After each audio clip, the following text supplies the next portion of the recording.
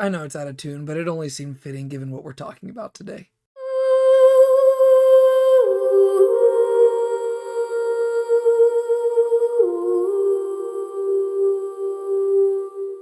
Welcome back to Now Let's Be Honest. My name is David, and today we're going to be talking about the brand new TV show, The House of David, which premiered its very first 3 episodes on Prime Video today. I'm only talking about the first episode in this video, and so if you want to hear about episodes 2 and 3, come back later because I'm going to have those videos up very soon.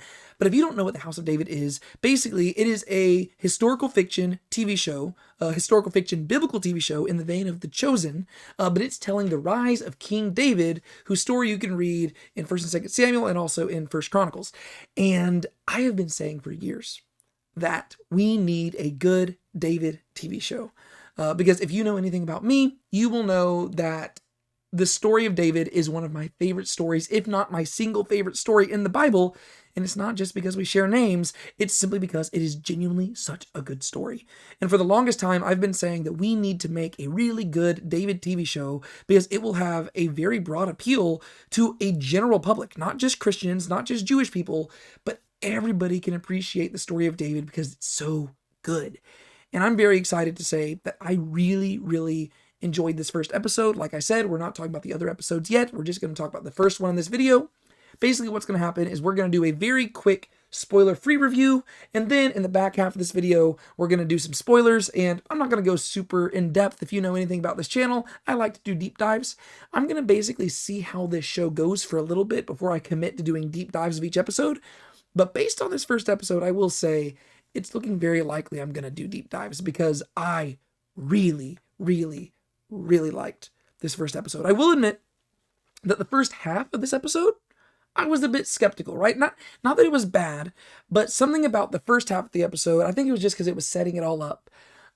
It wasn't quite doing for me what I was hoping it would, but the back half of this episode more than solidified the potential that I think this show has, right? Obviously, I still have to go watch the other 2 episodes they've released, and I'll do videos on those as well. Maybe my opinion will change, but this first episode was actually far, far, far superior to what I had expected. And so maybe briefly, before I actually get into my full spoiler-free section, I can just kind of let you know my expectations going into the show.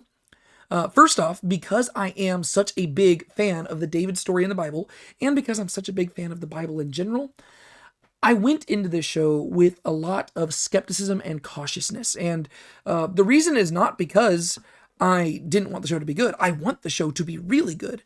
But the reason why is because I care about the Bible and because I care about the David story so much, and I want it to be done well, right? It's kind of like, if you know anything about me, I'm also a very big Superman fan. There's a new Superman movie coming out in July, and I really, really, really want that movie to be good, because if it's not good, then it's a bad Superman movie, and I'm going to be bummed out, and we're not going to get another one of those for a while. Same thing's true here with the David story, right? I've been waiting for a TV show like this to come out for a very long time, and now that it's finally here, I was kind of nervous because I want it to be done well, and if it's not done well, first off, that means that it's a bad show, and then secondly, it means that it's probably going to be a while before we get another attempt at this, right? And so, to me, there was a lot of weight going into watching this today. And therefore, that leads us to my thoughts. And like I said, this kind of, it blew away my expectations, right? I'm not saying it was perfect, right? I don't really have any outright criticisms for what happened in this episode, other than the fact that the first half to me was just kind of setting things up and I didn't really know what to do with it. But I will say that it did exceed my expectations. I think that the trailer that they released for it, before like we were going into it, I think the trailer kind of didn't really sell it to me how I wanted it to. There was something about the trailer, I don't know what it was about it.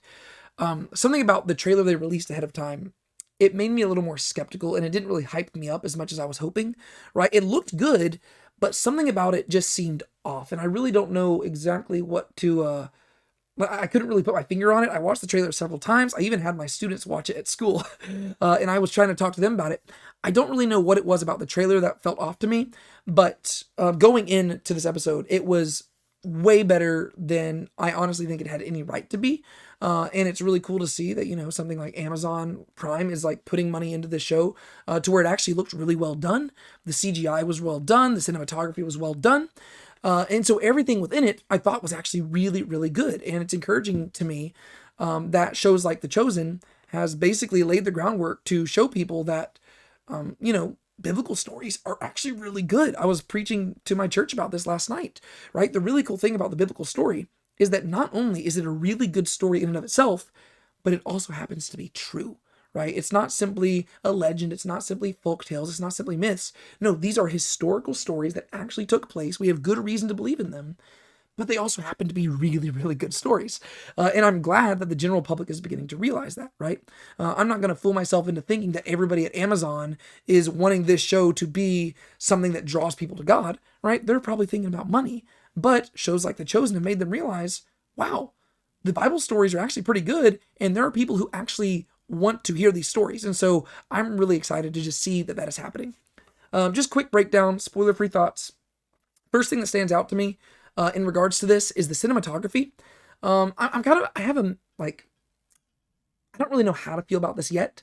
The cinematography is definitely a big, bold choice, and it looks very beautiful. If I was going to describe the cinematography, I would say it's almost like a blend of Zack Snyder meeting Van Gogh. And I know that sounds kind of weird, but it has the epicness of like a Zack Snyder movie, right? So if you've seen movies like 300 or Man of Steel or Batman vs. Superman or something like that, there's a very epic feel to the show, right? There's a lot of slow-mo, there's a lot of quick shots, it goes back and forth, and it feels very epic. Like every scene you're watching, it feels epic.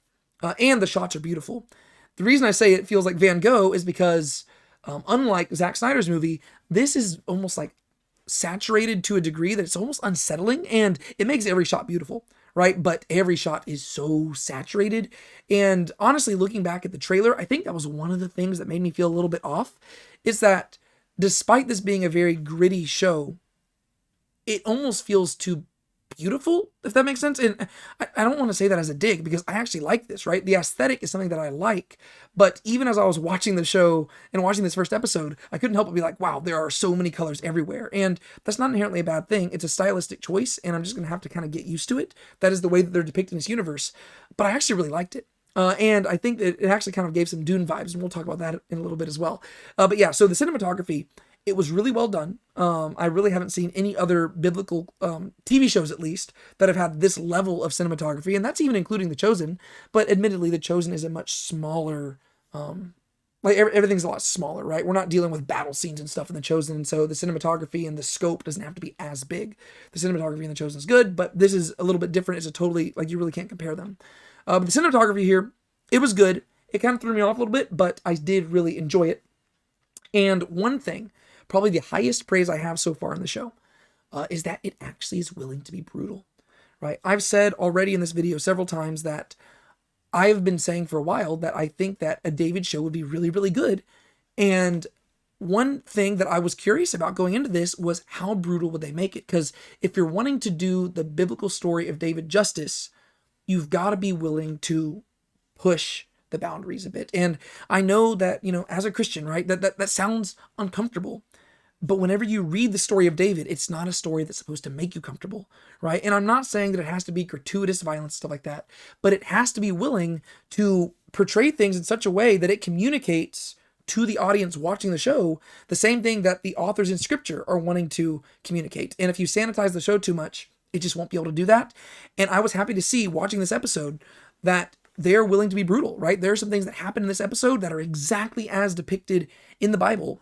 And it floored me, right? I was like, okay, good. To where it wasn't crass, it wasn't overly violent, but they were willing to go there. They're willing to let you see blood. They are willing to let you see people chopping through people.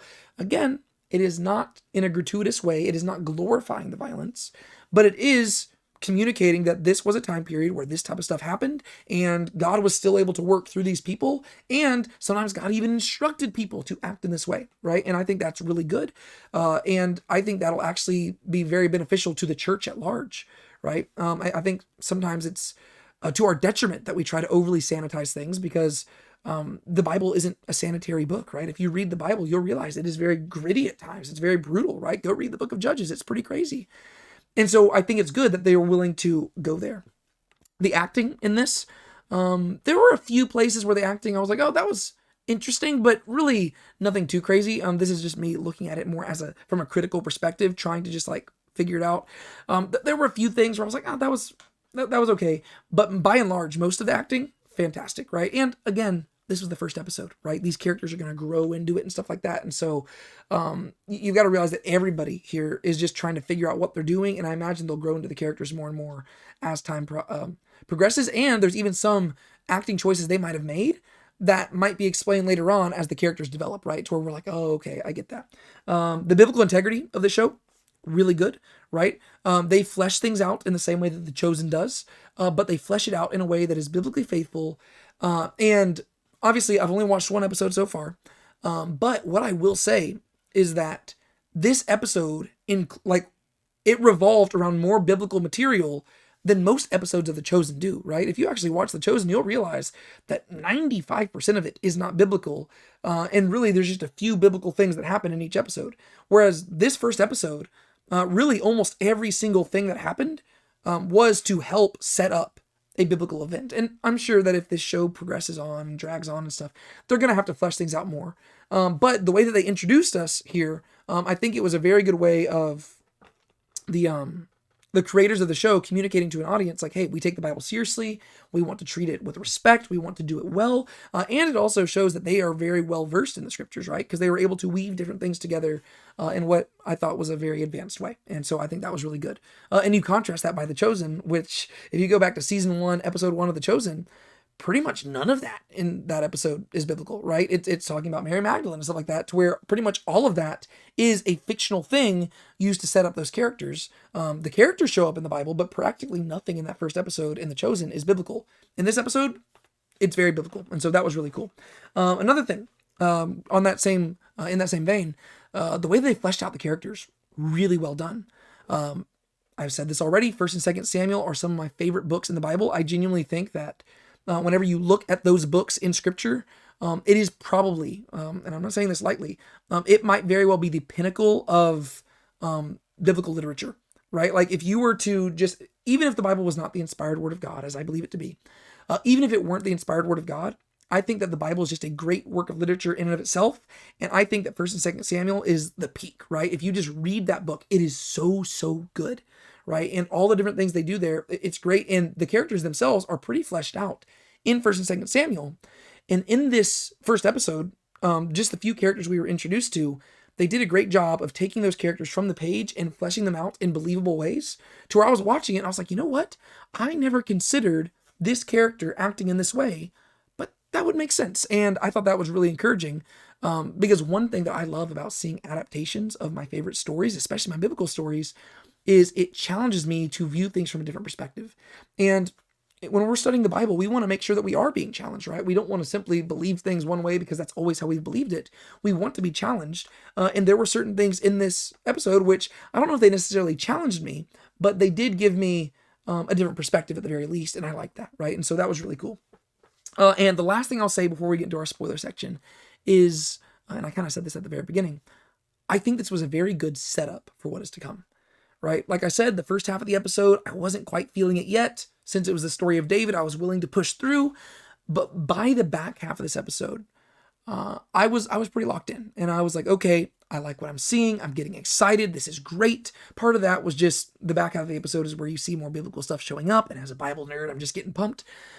But even beyond that, I was trying to say, okay, if I was not a Christian or not a Jewish person, and I was simply watching the show, would I feel invested in the story?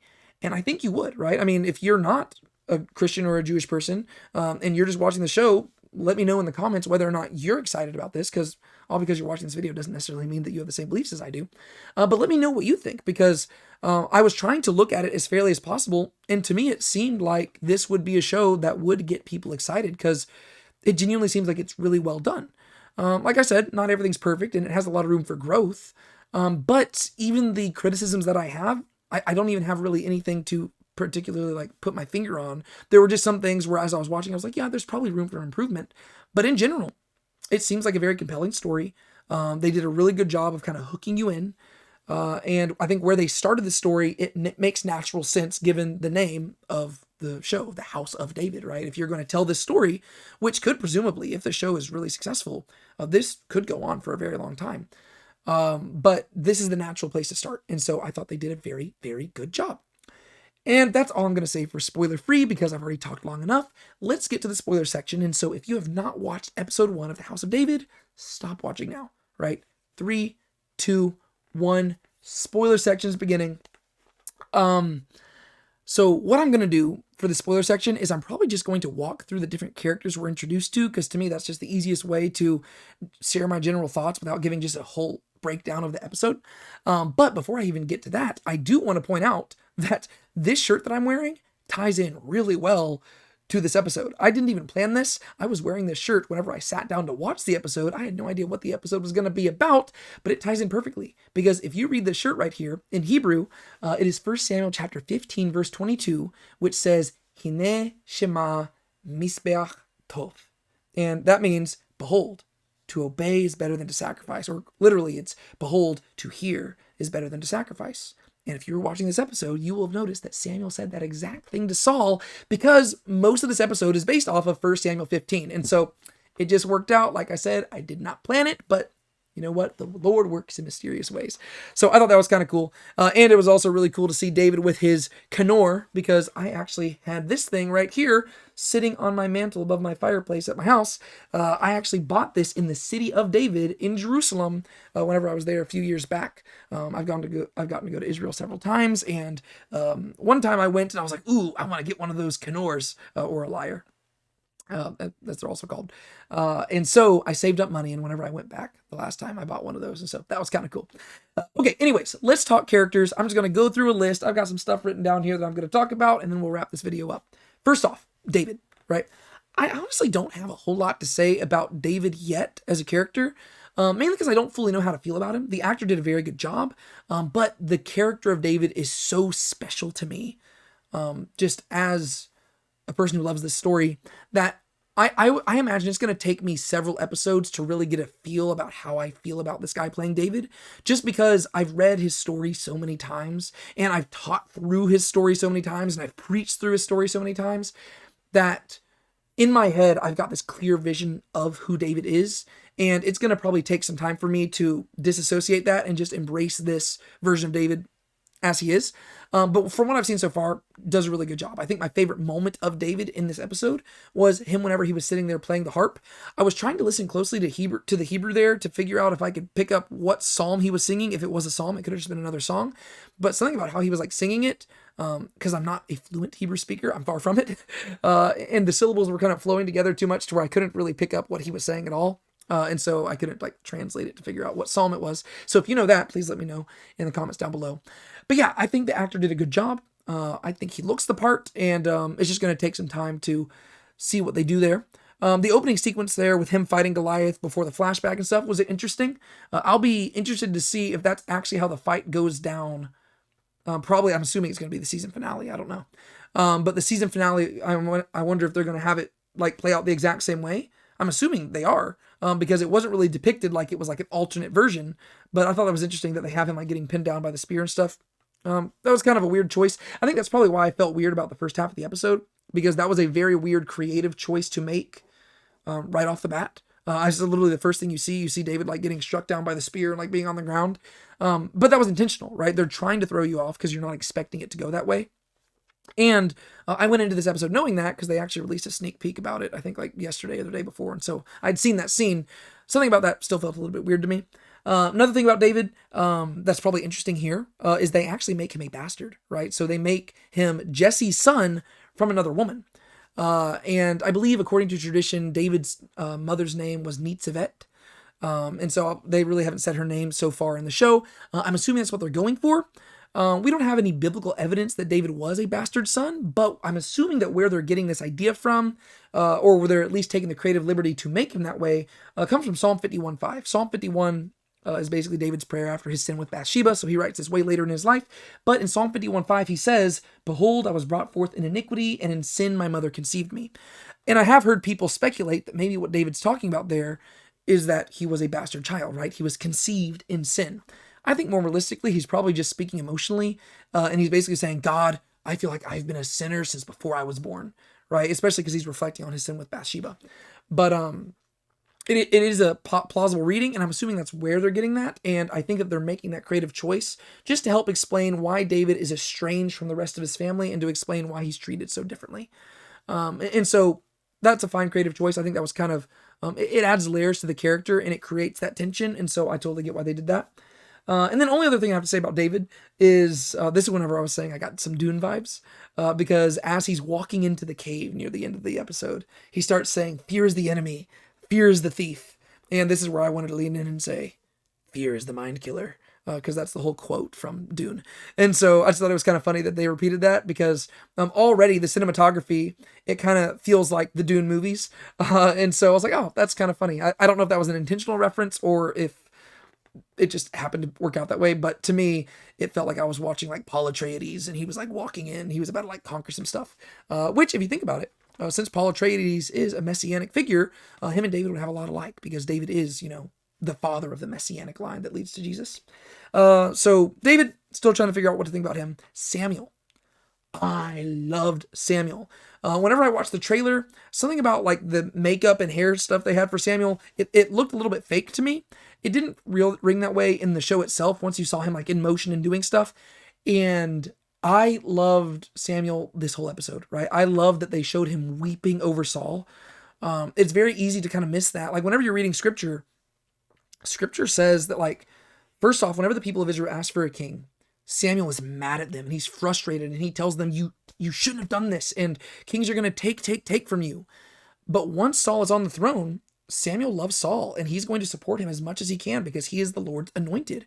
And sure enough, after this moment in 1 Samuel 15, whenever you go to 1 Samuel 16 and Samuel goes to anoint David, the way that whole story begins is that basically God talks to Samuel and says, "Dude, why are you still weeping over Saul?" And so you get this impression that Samuel did really care for Saul. And so I love the dynamic they had in this episode, where on one hand, Samuel is weeping, but on the other hand, he's also very angry, because while he does care for Saul, his devotion is to God. And I just love that right off the bat, you get the impression that Samuel is a really intense dude, which I think is very true, right? Samuel, he's not just like, I don't know, whenever a lot of times biblical characters, like whenever respected and good biblical characters are depicted, they're usually very sanitized, right? They're almost like Buddhist monks. I was hoping they wouldn't take Samuel that way, and they didn't, right? They depicted Samuel exactly how I would want him to be depicted. And we're going to get to my favorite moment in a second. Favorite moment of the entire episode, in fact. But one other thing. Really, I guess my favorite moment of the entire episode is actually the whole tent sequence near the end between Samuel and Saul. Great sequence. I love it. That's where this whole quote comes from. And whenever Samuel comes in and he's like berating Saul and he's getting mad at him, I love the phrase he says there where he says, "Why would you be afraid of the people and not be afraid of God?"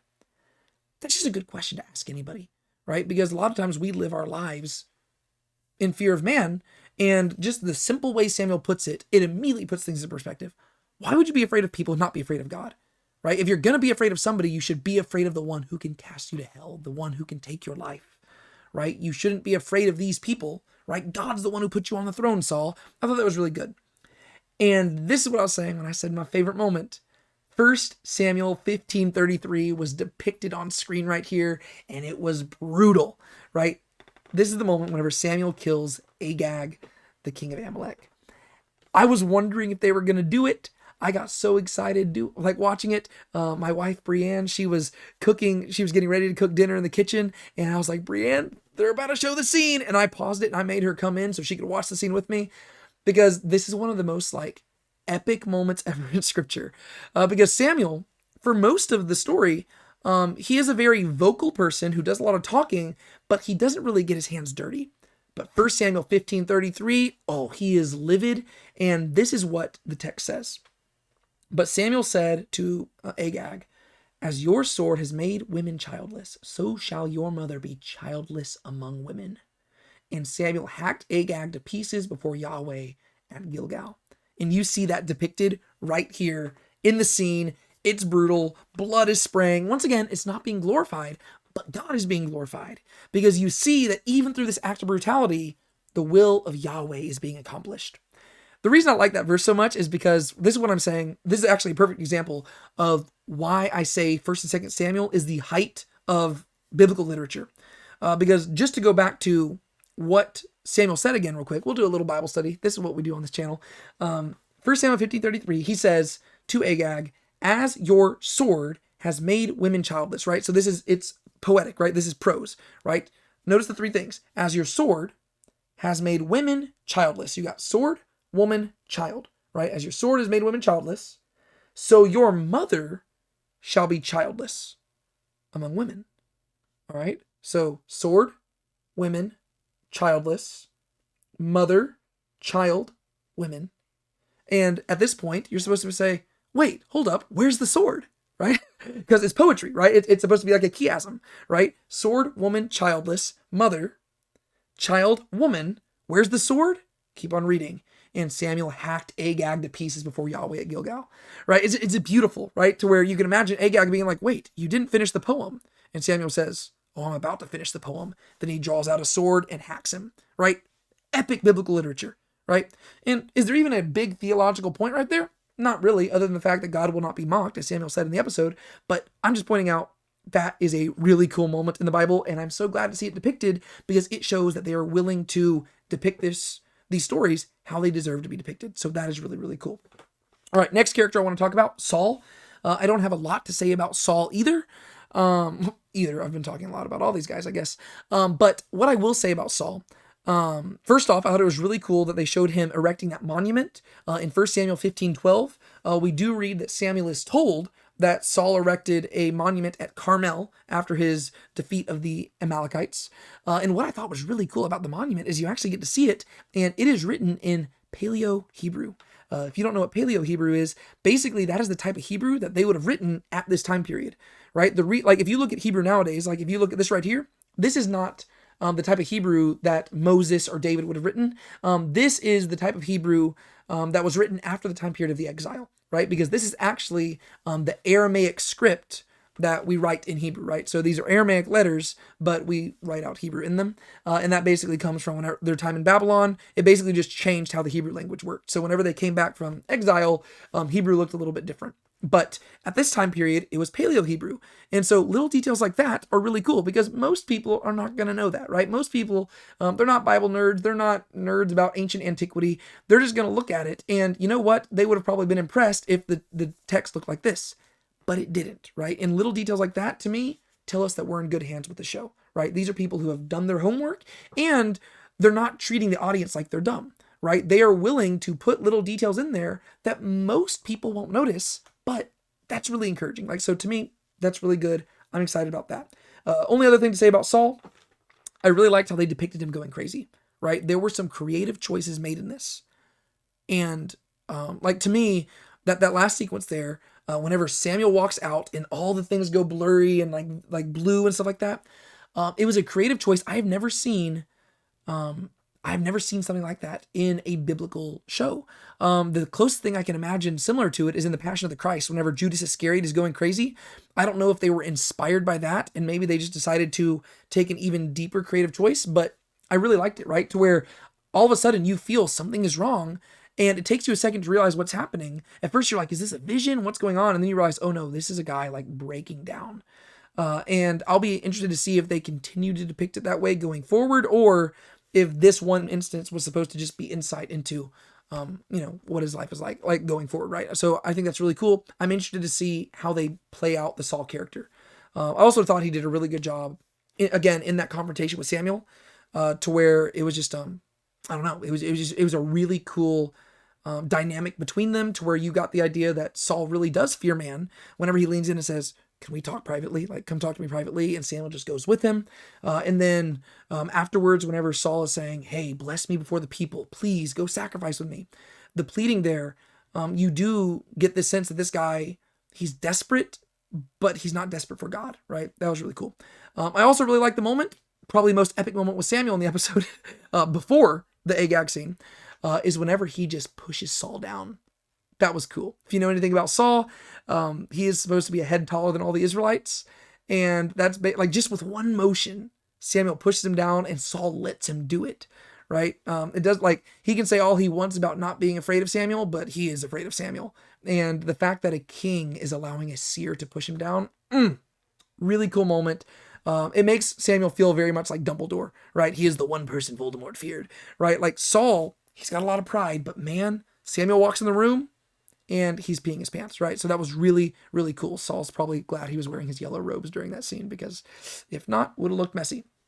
Jonathan's just a cool guy, right? That's what I expected, because David and Jonathan are going to be good friends, and so you would expect to see that Jonathan has a character that would work well with David's, and you see that here. You get to see that he is very warm. You see that he's very kind.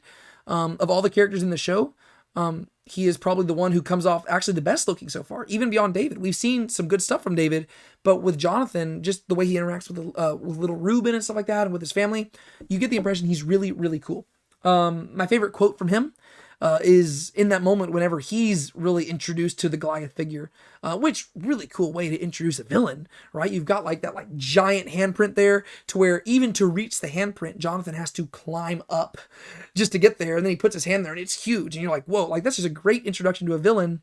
And then once again, it's even cooler that it's a true story, right? We don't have that moment taking place, but Goliath was a real dude. So that's kind of cool. But my favorite quote from Jonathan was right there where he quotes Genesis chapter 6. There were giants in the earth in those days and also after. If you go read Genesis 6, most translations will say there were Nephilim in those days. And people will debate about how that word should be translated. But I figure that the scholar Michael Heiser, if he were still alive today, he'd probably be really proud that they included that quote there, because there is the theory that many people have that that Goliath was actually a Nephilim, and that he was actually descended from the Nephilim that we read about in Genesis 6, because it says they were on the earth in that day and also after the flood. And so it seems like they are running with that theory, and I'll be interested to see if they explore that any deeper. And if you're interested in those theories, go read like Michael Heiser's The Unseen Realm, or Reversing Herman, any book like that. It's very interesting stuff. Michal and Merab.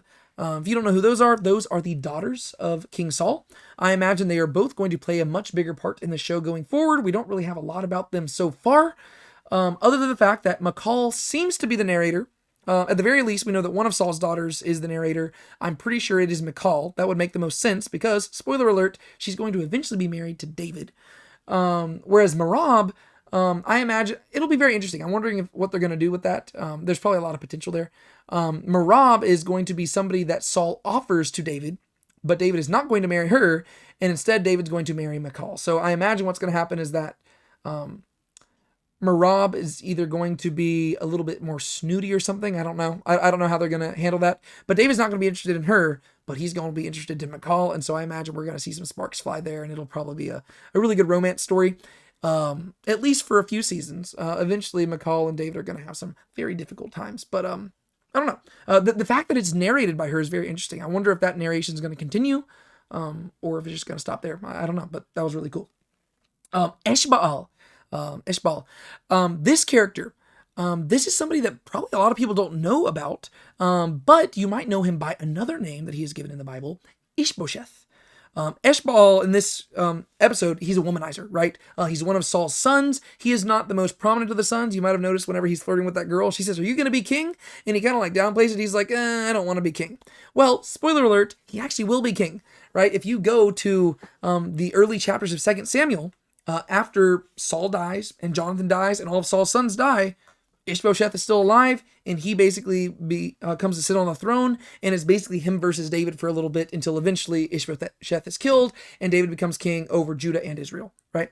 So they're setting that all up, and they set it up really well, right? They've got this guy as a womanizer who wants nothing to do with battle, and so you can already tell from this first episode how they're thinking long term, right? They're introducing a character who is one of Saul's sons, but they're also explaining why he would not be on the battlefield whenever Saul and Jonathan and all the other sons eventually die. So that's really cool. I like their foresight here, right? I'm glad to see that they're not just like depicting the characters who are important in this story, and then later down the line, they're like, "Oh no, we forgot to introduce this important character." They're thinking about him right now.